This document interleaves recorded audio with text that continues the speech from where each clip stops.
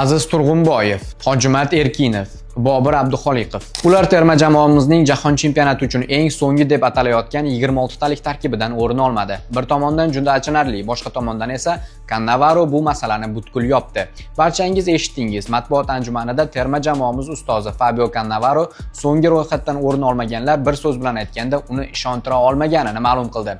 Lekin o'ylashimiz bo'yicha Fabio Cannavaroning bu izohi yetarli emas, chunki Turg'unboyevdan ustun ko'rilgan va yarim yildan beri futbol o'ynamayotgan, hali ham tiklanish jarayonida bo'lgan Husayn Norchayev qaysi parametrlarga ko'ra Cannavaroni ishontira olgan? Bu albatta jiddiy savol. Turg'unboyev, Hojimat Erkinov va Bobur Abduxoliqovlarning barchasi hozir startda turibdi. Ammo Cannavaroni ishontira olgan Norchayev 26 talik listda hali ham jarohatlangan hamda yaqin fursatlarda jamoaga qo'shiladi belgisi ostida tarkibga jalb qilingan. Norchayev ham bizning futbolchi, unga hech qanday adovat yo'q. Bu shunchaki ko'pchilikka noaniq bo'lib qolayotgan jihat edi xolos. Nima ham derdik, jahon chempionatida omadimizni bersin.